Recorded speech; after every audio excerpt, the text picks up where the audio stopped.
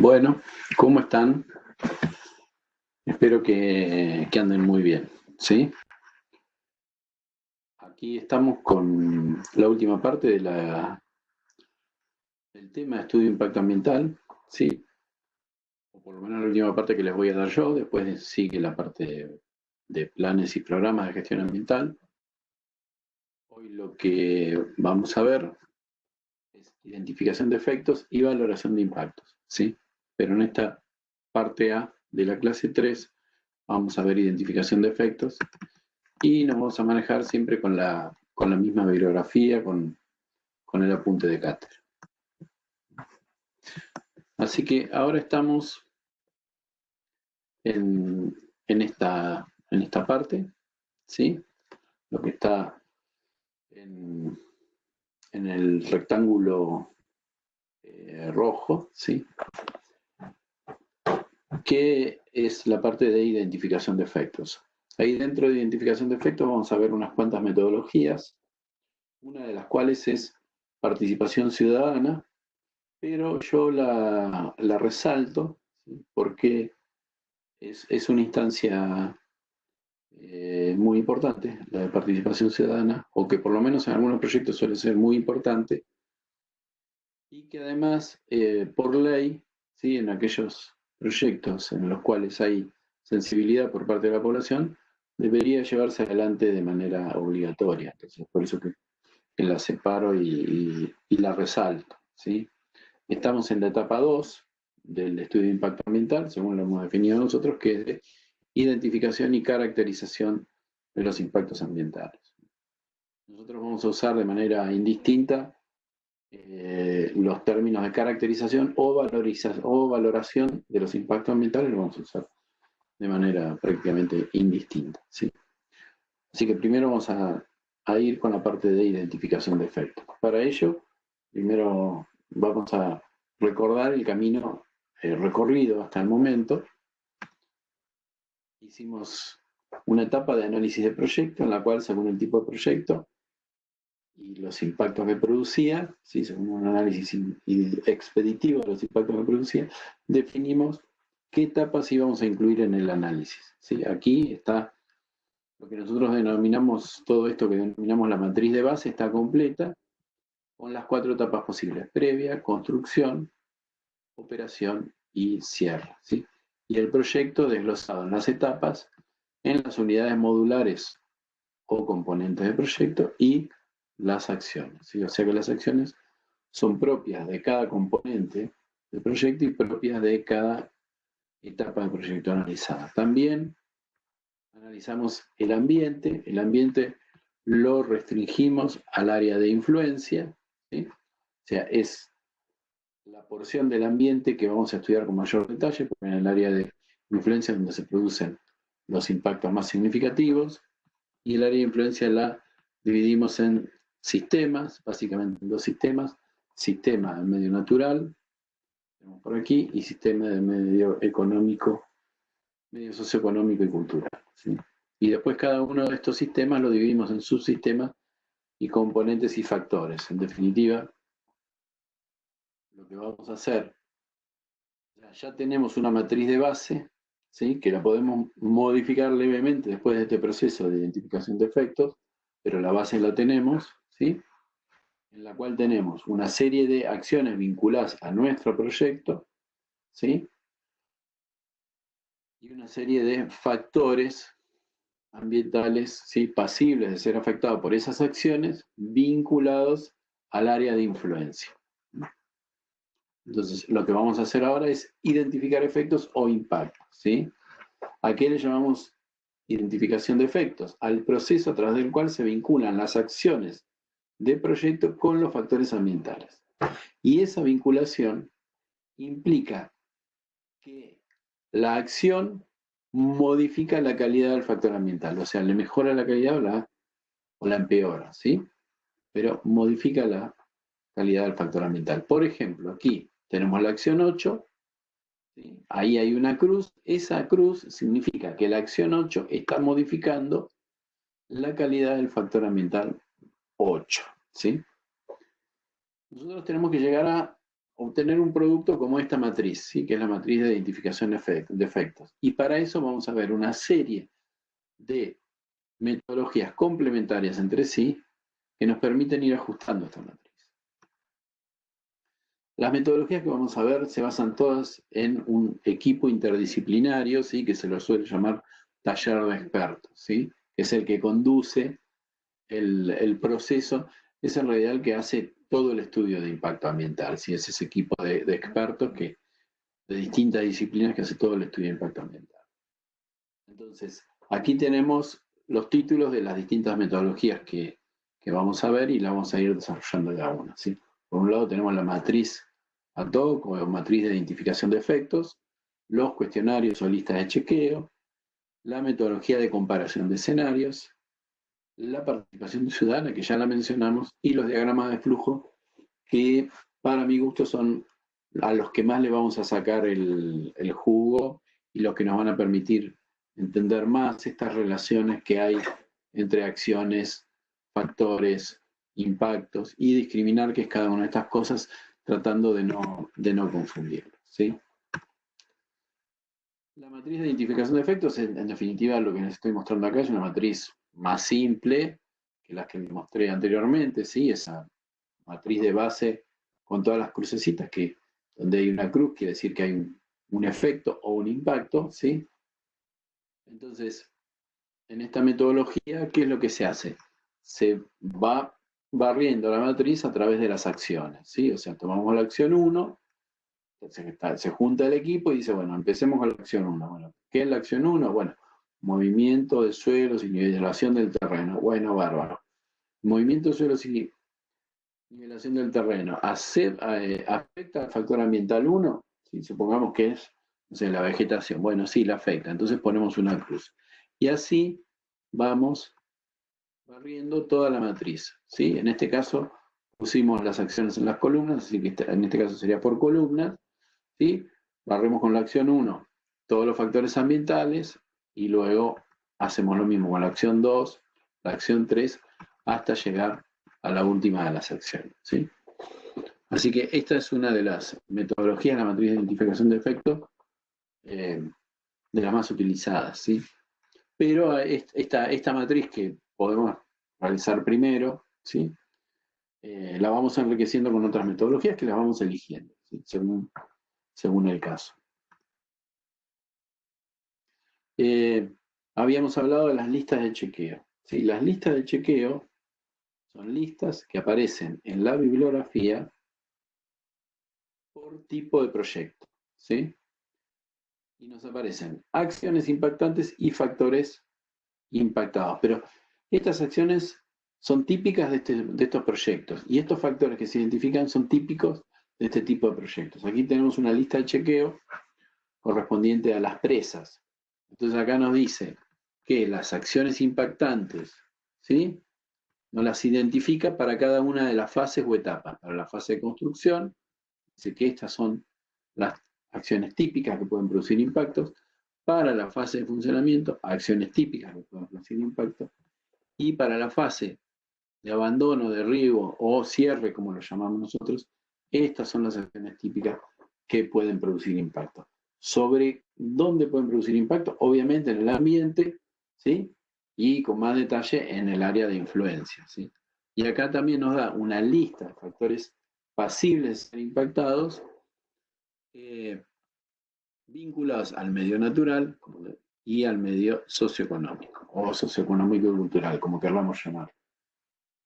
Lógicamente, en cada caso hay que estudiar el proyecto específico y el área, en este caso si es una presa, y la cuenca donde vamos a instalar, o donde tenemos intención de instalar la presa, ¿sí?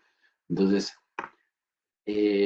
las características del proyecto y las características de la cuenca son, en definitiva, los que nos van a permitir identificar los factores, las acciones y los factores ambientales. Pero estas listas de chequeo nos pueden servir de guía, nos pueden servir para no olvidarnos acciones importantes, ¿sí? Y a veces nos ayudan cuando no conocemos bien algún tipo de proyecto, ¿sí? Yo solo les muestro esto como ejemplo, pero pero hay de muy diversos proyectos, ¿sí? Por ejemplo, en el libro en el Manual de Evaluación de Impacto Ambiental de Vanessa Fernández Vítora van a encontrar un montón. Comparación de escenarios.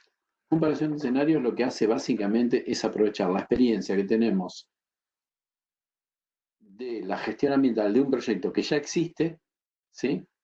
En una determinada área, con uno o con otro proyecto que queremos impulsar, ¿sí? Los dos proyectos tienen que ser del mismo tipo. Sigamos hablando de presas, por ejemplo. Tenemos una presa existente en el río Limay, ¿sí? Esto simbólicamente, esa estrella sería la presa, ¿sí? El ambiente de esta presa sería este círculo que aparece acá, o elipse, ¿sí? Y las interacciones de la presa con el ambiente son estas flechas, ¿sí? Rojas que tenemos ahí. Entonces tenemos una presa o un proyecto existente en una determinada cuenca y podemos ir y analizar los impactos que está produciendo en la actualidad ese proyecto. Entonces, si vamos a instalar una nueva presa en la misma cuenca o en alguna cuenca de algún río patagónico que nace en la cordillera, por ejemplo, entonces lo que podemos hacer es esto de comparación de escenarios. Inferir, ¿sí?, los impactos que puede tener mi nuevo proyecto, ¿sí?, a partir de conocer los impactos que produce el proyecto analizado, el proyecto existente. De esto se trata, en esencia, comparación de escenarios, ¿sí? Participación ciudadana. ¿Cuáles son los objetivos de la participación ciudadana? Estamos hablando de participación ciudadana, esto por favor no lo confundan, durante la realización del estudio de impacto ambiental, que no es lo mismo que la audiencia pública que se hace una vez que se finalizó el estudio de impacto ambiental y como parte del proceso de evaluación de impacto ambiental, ¿sí? Cuando hablamos de participación ciudadana, estamos hablando de participación ciudadana durante la realización del estudio de impacto ambiental y llevada adelante o llevada a cabo por el mismo equipo que hace el estudio de impacto ambiental, ¿sí? Los objetivos de la participación ciudadana: por un lado, informar sobre el proyecto, ¿sí?, para que la gente pueda opinar sobre la base de un conocimiento mínimo de lo que es lo que se pretende hacer. Porque si no, van a opinar sobre la base de la desinformación o de mala información que tengan en referencia al proyecto, ¿sí? Y el otro objetivo es identificar y caracterizar la percepción ciudadana, ¿sí? ¿De quién? De la ciudadanía en general, de distintos grupos de interés, como pueden ser colegios profesionales, sociedades de fomento, clubes, ¿sí?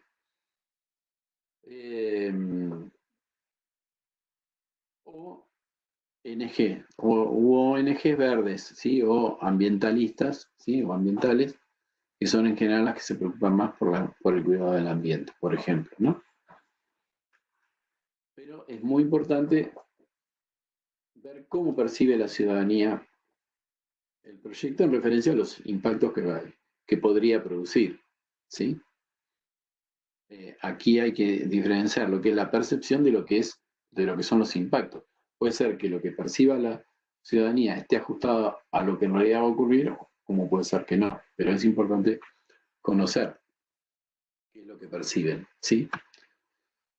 Porque además, ¿sí?, nos pueden plantear cuestiones que sean totalmente atendibles, ¿sí?, conflictos ambientales o impactos que sean totalmente atendibles y que el equipo de expertos, por más que sean expertos, no los haya identificado. Entonces, también tenemos como objetivo de la participación ciudadana internalizar, en la medida de lo posible, las objeciones de la ciudadanía y llegar a una eventual audiencia pública, ya una vez cumplida, una vez terminado el estudio de impacto ambiental, con los problemas resueltos. Esa es la idea. Si nosotros tenemos un proyecto que es conflictivo, no hacemos participación ciudadana y vamos directo a la audiencia pública, y bueno, lo más probable es que en la audiencia pública tengamos muchísimos alegatos en contra del proyecto, ¿sí? Metodologías para llevar adelante la participación ciudadana. Bueno, lo primero que tengo que decir es que en la mayor parte de los casos hay que contratar a especialistas, ¿sí? Yo les voy a contar rápidamente un caso en el que participé, que es el acueducto oeste en la ciudad de Mar del Plata, que es un acueducto que se metía en una zona rural cercana a la Ruta 2, ¿sí? En el Partido General Pueyrredón, y se hacían toda una serie de pozos de bombeo que extraían agua del acuífero, ¿sí? Inyectaban el agua a un acueducto denominado acueducto este, y ese acueducto llevaría el agua a la ciudad de Mar del Plata para consumo humano. Entonces a nosotros nos encargaron de hacer el estudio de impacto ambiental de ese acueducto. Lo que hicimos primero, entonces, para ver un poco qué es lo que pensaba la ciudadanía, es hacer entrevistas a informantes clave. Sí. Informante clave, ¿quién es? Y en general es el presidente de un club, el presidente de un colegio profesional, el presidente de una ONG, el defensor del pueblo, ¿sí? Eh, representantes de asociaciones de regantes, por ejemplo. O sea, son personas representativas de instituciones o de grupos de personas, porque por ahí no es una institución, por ahí no están formalizados como una institución, pero son personas representativas de lo que piensa, ¿sí? un conjunto de personas, o por lo menos del pensamiento medio de lo que piensa un conjunto, ¿sí? Vinculado a una institución o a un grupo de personas con determinados intereses, ¿sí? Entonces uno a través de estas entrevistas puede tener un panorama general de cómo está la percepción de la población respecto del proyecto que estamos llevando adelante, ¿sí? Y nos permite también ver si tenemos que pasar a una instancia de profundizar, ¿sí?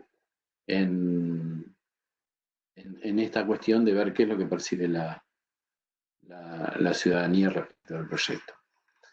En el proyecto que les comento, nosotros debemos haber hecho entre 10 y 12 entrevistas a informantes claves. Y luego, a pedido de la empresa de obras sanitarias, que fue la que nos contrató, hicimos un taller abierto a la comunidad, pero lo hicimos en la zona cercana al proyecto, digamos, cerca del área de influencia del proyecto, o en el área de influencia del proyecto. En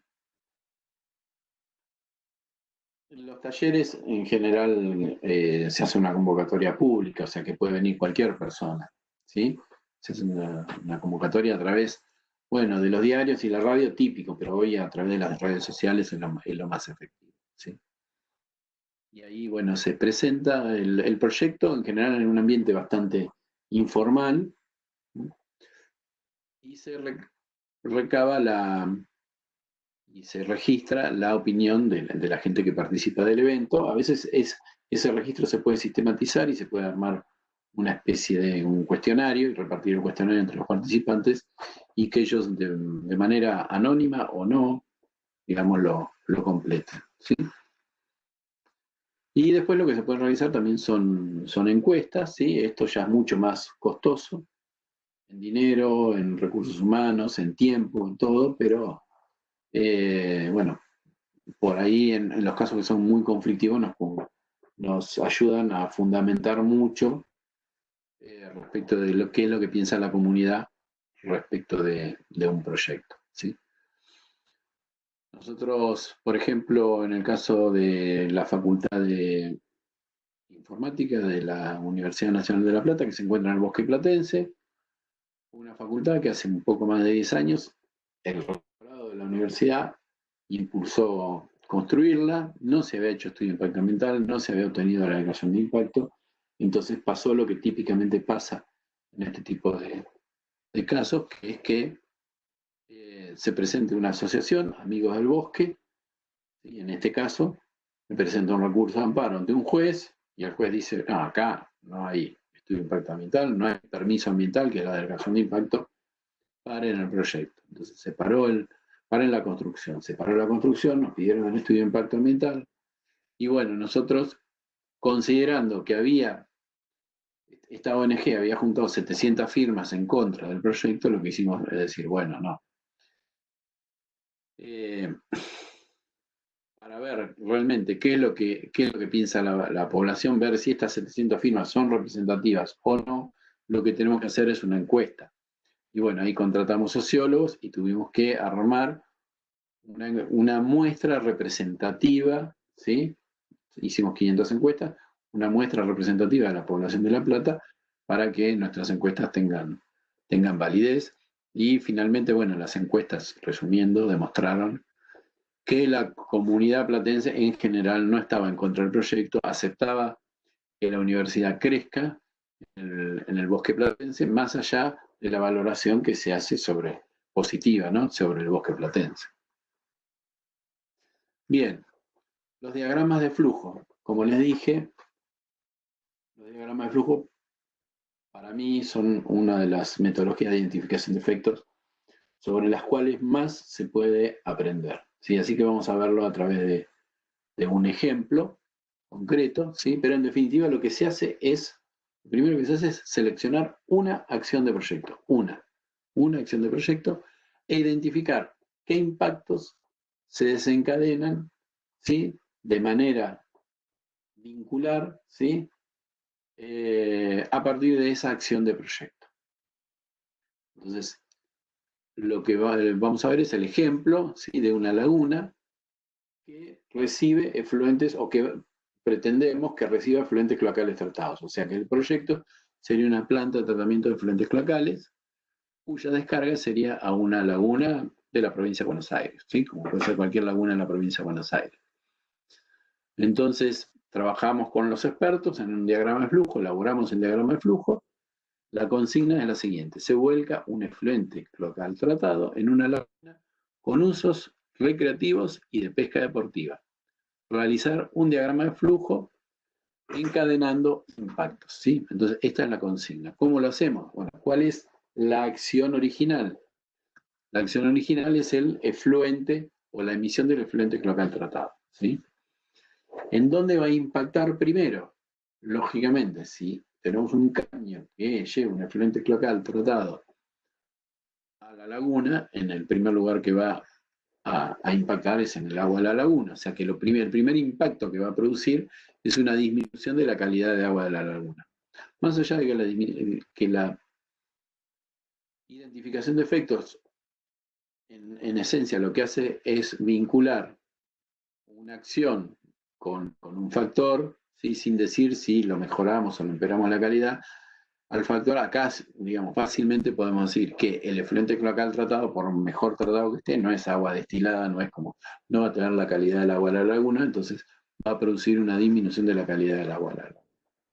Y la calidad del agua de la laguna, que disminuye, ¿en qué va a impactar? ¿Sí? Ya dijimos cuáles son los usos, son usos recreativos y de pesca deportiva. Entonces, evidentemente, esa disminución de calidad del agua, esa disminución, por ejemplo, del oxígeno disuelto, puede producir una tasa de mortalidad de peces mayor que la que tenía, ¿sí? Entonces, ese puede ser un impacto que produzca, ¿sí? De manera indirecta la descarga del efluente cloacal tratado, pero en realidad el que lo produce es la disminución de calidad del agua de la laguna. Y también esa disminución puede producir un aumento de riesgo para la salud de la gente que va y se baña, o sea que tiene contacto directo con el agua de la laguna, que va y que nada, por ejemplo, o que se da un chapuzón. Pero además la mortandad de peces, ¿sí? o el aumento de la tasa de mortandad de peces en la laguna puede producir una disminución de la pesca deportiva, que era otro de los usos que tenía la laguna. Y el aumento del riesgo para la salud de los bañistas, ¿sí? O sea, los bañistas se van a enterar que hay una descarga de un efluente cloacal, por más que sea tratado. Entonces, eso ya va a hacer que los visitantes a la laguna perciban el riesgo de meterse en la laguna, como pasa acá en Punta Lara, ¿sí? Entonces, el aumento del riesgo para la salud de los bañistas va a producir seguramente una disminución de los visitantes a la laguna. Y la disminución de la pesca deportiva también, digamos, los que van a pescar implican una disminución de los visitantes a la laguna, ¿sí? Y esto afecta a la economía local. Al perilago de una laguna tenemos recreo, tenemos camping, ¿sí? Tenemos distintos lugares que prestan servicios al visitante. Y bueno, si tenemos menos visitantes, vamos a tener afectada la economía local también, ¿no? También la disminución de la pesca deportiva, bueno, por ejemplo, siempre en las llegadas a las lagunas vemos que hay locales que venden carnada, por ejemplo, ¿no? O pequeños puestos que venden carnada. Bueno, eso es una afectación de una economía, es una economía informal, pero digamos, estamos afectando los ingresos de las personas que venden carnada, ¿sí? Así que bueno, este es un ejemplo de un diagrama de flujo. Uno podría continuarlo un poco más, un poco menos, hacerlo un poco más o menos complejo. Es un modelo simplificado de la realidad, pero nos permite ver con bastante precisión cómo se interrelacionan, ¿sí?, acciones e impactos. Entonces, la consigna que le proponemos es identificar acciones, impactos y factores ambientales en este diagrama de flujo. Cuestión que, digamos, ya está casi definida por cómo venimos trabajando, pero bueno, vamos a formalizarlo al trabajo este. Acá tenemos el diagrama de flujo, sí, lo copiamos y lo pegamos en la filmina siguiente. Acciones, bueno, dijimos que por definición el diagrama de flujo lo armamos a partir de una acción del proyecto, ¿sí? En este caso es una acción en la etapa de funcionamiento, porque ya la planta está hecha y el efluente cloacal tratado ya lo estamos llevando a la laguna. Así que la acción es una sola, es el efluente cloacal tratado. Y los efectos o impactos son el resto de las cuestiones, ¿sí? Disminución de la calidad del agua de la laguna, que ese es un efecto o impacto directo, ¿sí? Porque tiene relación directa con con la acción que le dio origen, que es el efluente cloacal tratado. El resto de los impactos son indirectos, ¿sí? La mortandad de peces, el aumento de riesgo para actividades recreativas, la disminución de la pesca deportiva, la disminución de los visitantes a la laguna y la afectación de la economía local. O sea que en este diagrama de flujo, el primer cuadro a la izquierda es la acción, ¿sí? Es la única acción. Y el resto son impactos ambientales. El primer impacto que aparece es un impacto directo porque tiene vinculación directa con la acción y el resto de los impactos son indirectos. Nos faltan los factores. Factores ambientales. ¿Cuáles son? Los factores ambientales los vamos a encontrar vinculados a los impactos, ¿sí? Fíjense que en cada cuadro, ¿sí?, hay como una acción, ¿sí?, en este caso disminución, en este caso dice aumento, en este caso disminución, acá dice afectación. Ya, eso es lo que nos indica que hay un impacto. Pero ¿cuáles son los factores ambientales? Y por un lado, el agua de la laguna. ¿Sí? En el primer impacto que nos aparece, disminuye ¿qué? La calidad del agua de la laguna. Entonces, el factor ambiental es el agua de la laguna y el aspecto que estudiamos es la calidad. Después vamos a ver a través de qué parámetros estudiamos la calidad. Podría ser el oxígeno disuelto, pero también podría ser el pH, ¿sí?, o la productividad. Hay distintas cuestiones, ¿sí? Ictiofauna, ¿sí? O sea, la población de peces es lo que se denomina ictiofauna, ¿sí? Así que ese es otro factor ambiental, mortandad de peces, ¿sí? Mortandad de peces no, peces o ictiofauna, ese es el factor ambiental. La salud de los bañistas, otro factor ambiental, ¿sí? La pesca deportiva, otro factor ambiental. Los visitantes a la laguna y la economía local. O sea, en cada uno de estos impactos hay un factor ambiental. En determinados diagramas de flujo que tienen cierta complejidad, un factor ambiental puede aparecer repetido. Ojo, puede aparecer repetido, ¿sí? Pero en tal caso, bueno, lo consignamos, lo ponemos una sola vez. En este caso hay un factor ambiental por que habíamos identificado. ¿Cómo es esto llevado a la matriz de identificación de efectos? Ese diagrama de flujo que vimos recién el que tenemos acá abajo, ¿sí? Y que nos muestra las relaciones de causalidad, ¿sí?, entre acción e impactos, como he llevado a la matriz de identificación de efectos. Que la matriz es la que nos va a resumir toda la información, finalmente, ¿sí?